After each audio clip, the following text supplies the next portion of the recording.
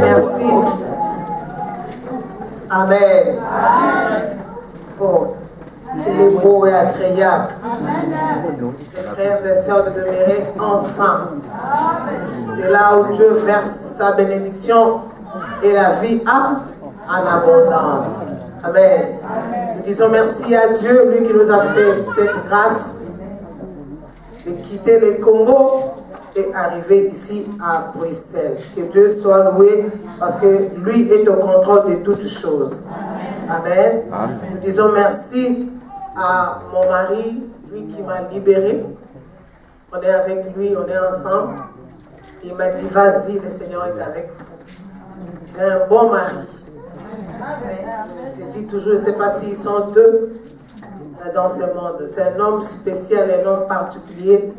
C'est vraiment une grâce que j'ai obtenue de la part de l'Éternel. Un homme qui craint l'Éternel, surtout ça, il craint l'Éternel. Il est bien un homme beau, un homme plein d'onction, mais surtout il craint l'Éternel. Tout ça, ce qui est très important, que Dieu le bénisse là où il est. Et nous disons aussi merci à notre apôtre Emmanuel Moulaya, lui qui est la visionnaire de notre communauté Cité Bethel, et surtout de l'entité des femmes brillantes, qui nous a donné l'occasion de nous exprimer. Que Dieu bénisse notre apôtre et à notre maman aussi, d'ici là dans 2 ou 3 minutes, elle sera avec nous dans la salle. Amen. Que Dieu nous bénisse. Amen. Maman pasteur, Oumela Nayo. Oumela Nayo. Simbali Bende. Amen. Derrière chaque homme, il y a une grande dame. Amen. Si papa Freddy est enfant, est-ce qu'on peut acclamer l'arrivée de notre maman? Alors nous pouvons acclamer officiellement l'arrivée de notre maman. Faisons-les bien. Alléluia. C'est notre maman. La celle que Dieu nous a donnée. La celle qui nous fait du bien. La celle qui nous encourage dans ce travail. Amen. Maman Kouiza Mouyenge. Ça, nous disons chez nous. Donc, on dit, maman, soyez la bienvenue. Nous disons, maman Kouiza Mouyenge. Ça, c'est chez nous. Welcome. Amen. Je disais merci à papa Freddy et à maman. C'est terrible. Il fait un grand travail magnifique. Et Dieu vraiment les bénisse. Cette année, nous sommes ce que nous sommes aujourd'hui. Mais l'année prochaine, je crois, ça sera encore très bien. Que Dieu bénisse ces couples qui nous font du bien. Amen. Merci à maman Sylvie. Maman Sylvie, que Dieu vous bénisse. Merci papa. C'est papa Sylvie. Papa Sylvain. C'est un couple merveilleux. Accompagner maman dans ce travail, c'est pas facile. Donc que Dieu bénisse notre papa et maman Sylvie qui nous a bénis avant. Amen. Est-ce qu'on peut prier? Seigneur notre Dieu, nous bénissons ton nom parce que tu es le Dieu qui nous a créés sans nous. Tu as mis des choses en nous, Seigneur, sans nous demander la permission. Et tu nous utilises pour ta gloire. Nous Nous voulons maintenant, Éternel, te recommander ces moments entre tes mains. Sois avec nous, Jésus. Utilise-nous, Seigneur, afin que la gloire te revienne. Que toute la salle soit captive à l'obéissance à ta parole. Celle ton règne vienne. Et que ta volonté soit faite. Guéris, Jésus. Bénis. Console. Sanctifie. Oriente. Dirige. Nous voulons, Éternel, t'écouter. Toi et toi seul. Que le Saint-Esprit convainc nos cœurs.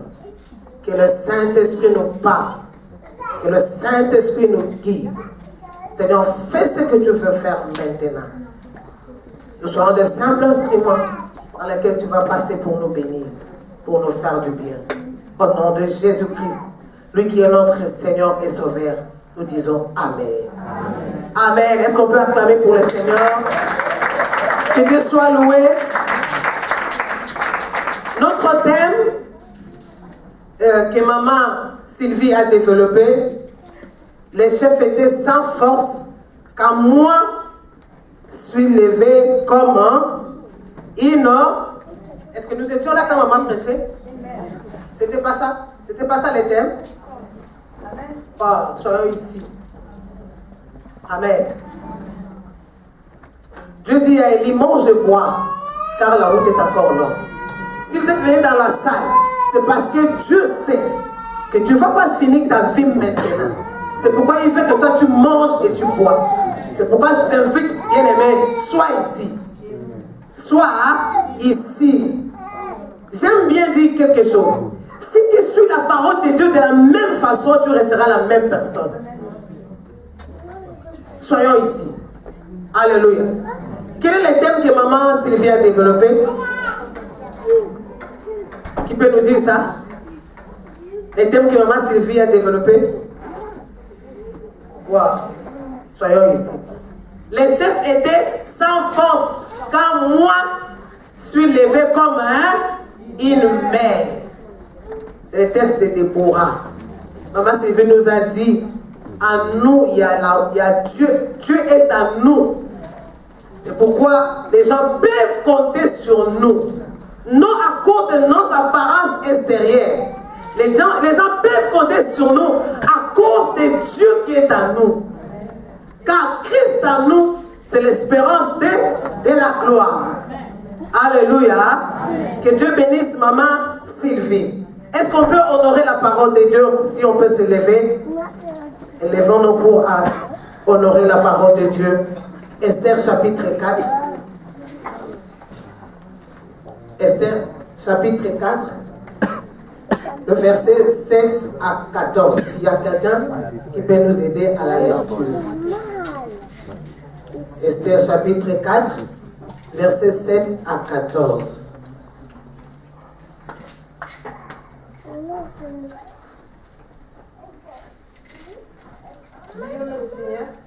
Amen. Tu l'as dit. Et Mardochée lui raconta tout ce qui lui était arrivé et lui indiqua la somme d'argent qu'Aman avait promis de livrer au trésor du roi en retour du massacre des Juifs. Il lui donna aussi une copie de l'édit publié sans suivre en vue de leur destruction, afin qu'il le montrât à Esther et lui fit tout connaître. Et il ordonna qu'Esther se rendît chez le roi pour lui demander grâce et la pleurer en faveur de son peuple. Attaque vint rapporter à Esther le parole de Mardochée. Esther chargea Attaque d'aller dire à Mardochée: tous les serviteurs du roi et les peuples des provinces du roi savent qu'il existe une loi portant peine de mort contre quiconque, homme ou femme, entre chez le roi dans la cour intérieure sans avoir été appelé. Celui-là seul à la vie sauve, à qui le roi tend le sceptre d'or. Et moi, je n'ai point été appelé auprès du roi depuis 30 jours. Lorsque les paroles d'Esther eurent été rapportées à Mardochée, Mardochée fit répondre à Esther: ne t'imagine pas que tu échapperas seul d'entre tous les Juifs, parce que tu es dans la maison du roi. Car si tu te tais maintenant, les secours et la délivrance surgiront d'autre part pour les Juifs, et toi et la maison de ton père, vous périrez. Et qui sait si ce n'est pas pour un temps comme celui-ci que tu es parvenu à la royauté. Amen. Est-ce qu'on peut acclamer la parole de Dieu pour s'asseoir calmement? Que Dieu bénisse sa parole. Amen. Bien-aimé, si Déborah s'est levée pour défendre son pays, parce qu'elle a été mandatée par l'Éternel. Alléluia. Déborah, c'est une femme comme toi et moi. C'est une femme, je ne sais pas comment je peux la qualifier, mais j'aime quelque part, là vous allez lire à la maison, Juge chapitre 4, versets 1 à 5. La Bible dit, dans ces temps-là, virgule, Déborah, virgule, prophétesse, virgule, femme de Lapidote, virgule, était juge en Israël, point. Alléluia. C'est pour dire, Déborah, c'était une femme équilibrée. C'était une femme qui avait des potentialités, pas comme toutes les autres femmes. Je m'excuse pour la presse, ici c'est trop bas. C'est pourquoi je me suis mis de ce côté. Je ne sais pas comment vous allez faire avec votre fils mange. Déborah, c'était une femme équilibrée, comme je disais. Déborah, c'était une prophétesse, en d'autres termes, une femme qui travaillait dans l'œuvre de Dieu. Quand on dit Déborah, la femme de Lapidote, c'était une femme mariée, une femme ménagère. C'était une femme qui avait un mari et des enfants. Et lorsqu'on termine, Déborah, une juge en Israël, c'était une femme qui travaillait dans la société. Bien-aimé, dans cette vie, pour mieux vivre, il faut être équilibré. Tu es capable de vivre mieux dans la société et tu es aussi capable de bien travailler dans l'église et tu es aussi capable de bien travailler dans ta maison. Alléluia. Elle avait une mission tellement énorme que Dieu la bénisse là où elle est. Alléluia. Mais le sous-thème que je vais traiter aujourd'hui, femme missionnaire. Alléluia. Déborah s'est levée parce qu'elle avait la mission. Elle avait la mission de défendre son pays devant Jabin qui les opprimait pendant 20 ans. Elle s'est levée pour défendre son pays. Et je crois que dans la salle, il y a quelqu'un, Dieu t'a laissé en vie pour te donner une mission spéciale. Amen. Alléluia. Bien-aimé, ce n'est pas en vain que tu as ce souffle de vie. Si tu peux remarquer à côté de toi, les amis où vous êtes nés ensemble, les amis de la famille, les membres de la famille, les membres de l'école, de l'église, il y a les autres qui n'ont même pas cette grâce, ils n'ont même pas trouvé cette grâce d'être en vie et en bonne santé. Parce qu'il y a une différence, être en vie et avoir la bonne santé. Quelqu'un peut être en vie, mais elle n'est pas en bonne santé. Mais toi, Dieu t'a fait grâce d'être en vie et avoir la bonne santé. Et je crois, si Dieu t'a laissé ainsi, c'est parce qu'il a une mission spéciale pour toi.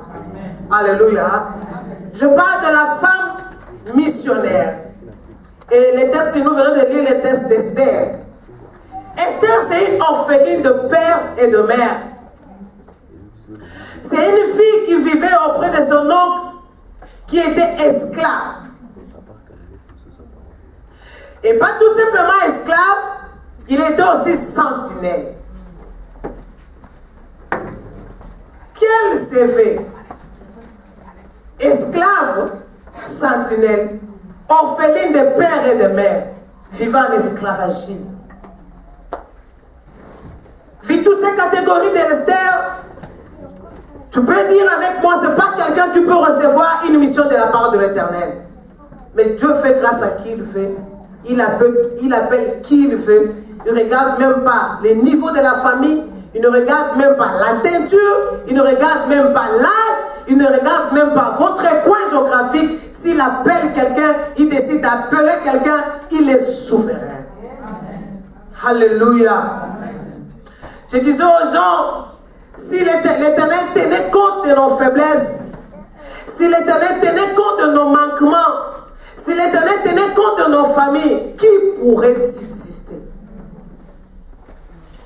Qui Dieu peut choisir pour le servir? C'est une grâce. Alléluia. Nous sommes ce que nous sommes, c'est par la grâce de Dieu. Vous êtes ce que vous êtes, c'est par la grâce de Dieu. C'est pas un mérite. Quelqu'un dit non, je méritais. Non. C'est par la grâce de Dieu. Et Dieu, ce soir, il va nous faire des missionnaires par sa grâce. Esther, son nom signifie étoile. Mais elle ne vivait pas ce que reflétait son nom. Peut-être que toi, tu es là. Je ne sais pas ton nom, si c'est Mambasi, Mansanga, Mambote. Je ne sais pas ton nom, c'est qui. Mais il y a d'autres personnes, ils ne sont pas en train de vivre leur véritable vie. Alléluia. Mais je sais, je sens à moi, aujourd'hui Dieu te fera grâce. Tu vas récupérer ce que tu as perdu. Esther, Dieu l'appelle pour une mission, lui, elle qui devait délivrer son peuple en captivité. Il y a d'autres personnes qui sont dans la salle. Peut-être Dieu t'a déjà appelé pour le servir. Dieu t'a déjà appelé pour une mission quelconque. Oui. Peut-être Dieu est en train de faire cela. Je suis venu ce soir pour vous encourager. Continuez à faire la mission que Dieu vous a donnée.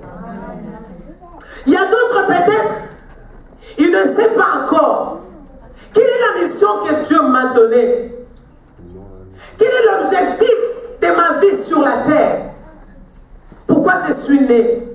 Bien-aimé, laisse-moi te dire, la découverte de ta mission sur la terre, c'est déjà 80% de la réussite de ta vie. Alléluia. Celle qui découvre, celle ou celui qui découvre sa mission sur la terre, tu es déjà béni. Alléluia. Maintenant, il y a d'autres aussi catégories. Dieu les a déjà parlé.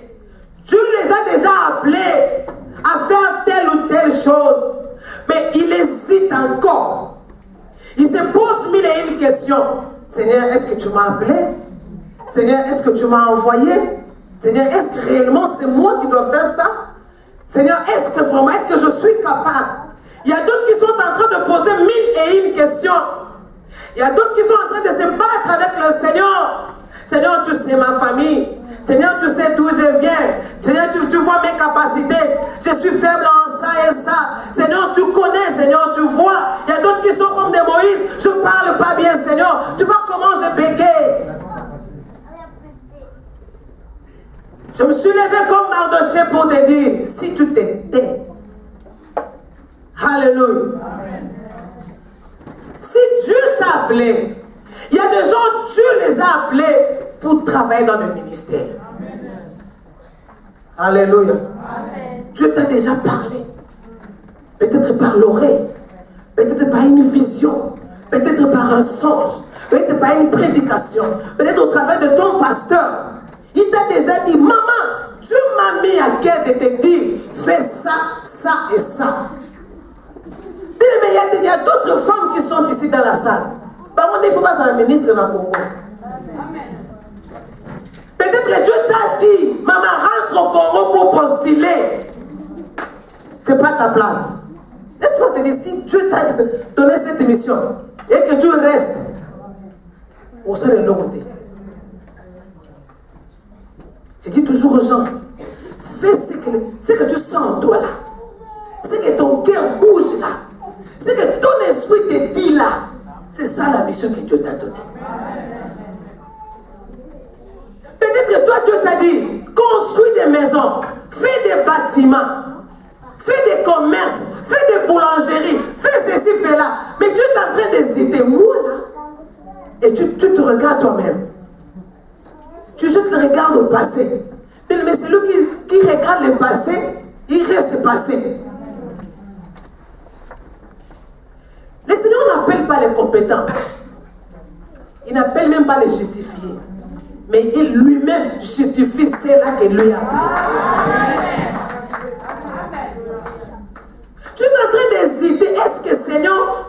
appelé. Je suis venu ce soir pour te dire, maman, Dieu t'a appelé. Pour faire ce que tu penses là. Et là, maintenant, on a monté ma wala. Et là, ce qu'on a le canesa. Est-ce que nous ça les locaux? C'est ça ta mission. Ce que boyango, tu risques de souffrir toute ta vie.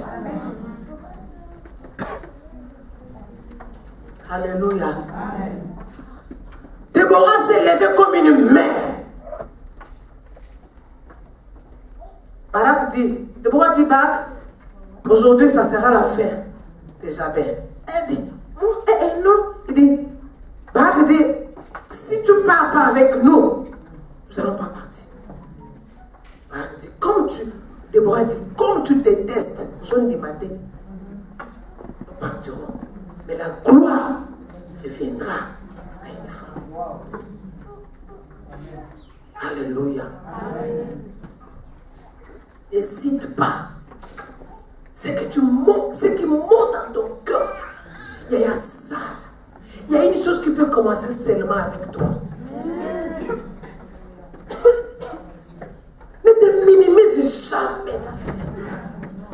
Il n'y a pas quelqu'un qui est plus super.